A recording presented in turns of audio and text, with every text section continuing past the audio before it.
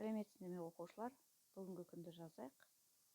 Бүгін біз сабағымызда Ыбырай Алтынсариннің Қыпшақ сейітқұл әңгімесін өткен сабақта бастаған болатынбыз. Сюжетімен таныспыз. Енді сол әңгімені қайта жалғастырамыз әрі қарай.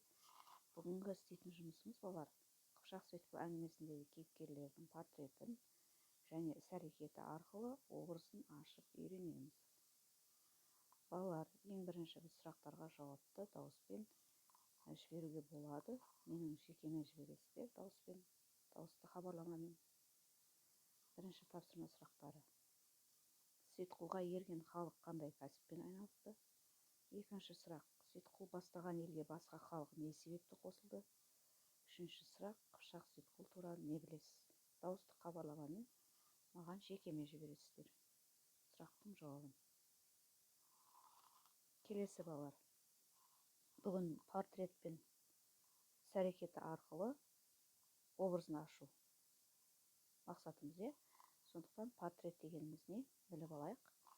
Көркем шығармадағы кейіпкердің болмыс бітімі, сыртқы тұлғасы, шынайы мінез құлқы, ұлттық бейнесі портрет деп аталады.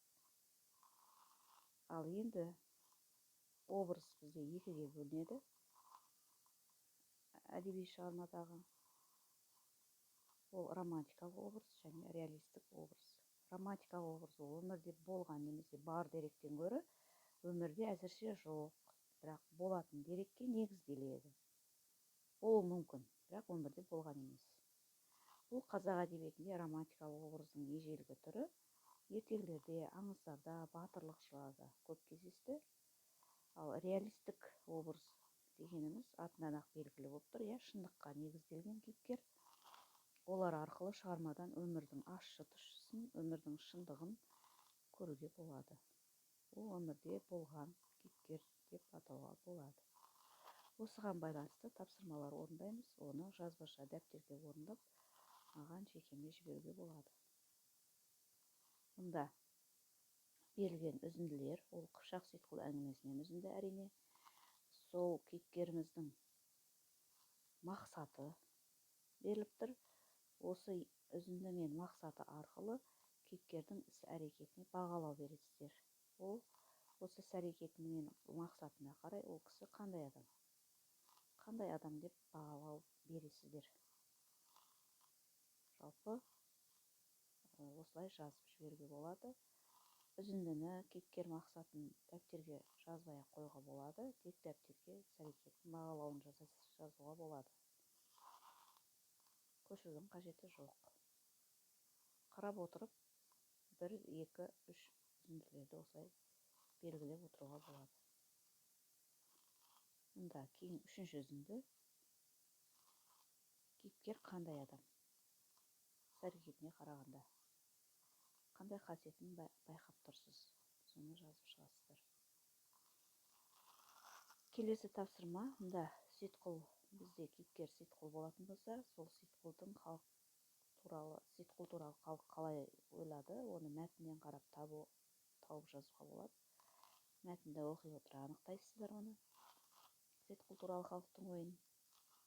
Одан соң сейітқұл туралы менің ойым шығады. Сіз қалай ойлайсыз сейітқұл туралы? Соны жазып жібересіздер.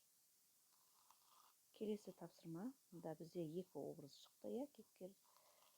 Екі кейіпкер шықты. Оның бірі сейітқұл, екіншісі сейітқұлдың ағасы. Ал сол сейітқұлдың іс-әрекеті қандай болды мәтінде, әңгіме бойынша? Ал содан соң образ қандай? Реалистік образ ба, романтикалық образ ба? Соны анықтап жазасыздар. Одан кейін сейітқұлдың ағасы кейіпкер болды. Ол кісінің іс-әрекетін жазасыздар әңгіме бойынша. Одан соң ол кісінің образы қандай? Реалистік ба, романтикалық ба? Жаңағы ереже бойынша, ережеге сүйене отырып жазып шығасыздар. Балалар, осы тапсырмаларды орындап маған жіберуді ұмытпаңыздар. Содан соң тапсырмаларды орындап болған соң сіз не істедіңіз? Бүгінгі сабақтан тапсырмаларды орындай отырып, нені үйрендіңіз? Не қиын болды? Тағы да не білгіңіз келеді? соны жекеме жіберуді ұмытпаңыздар.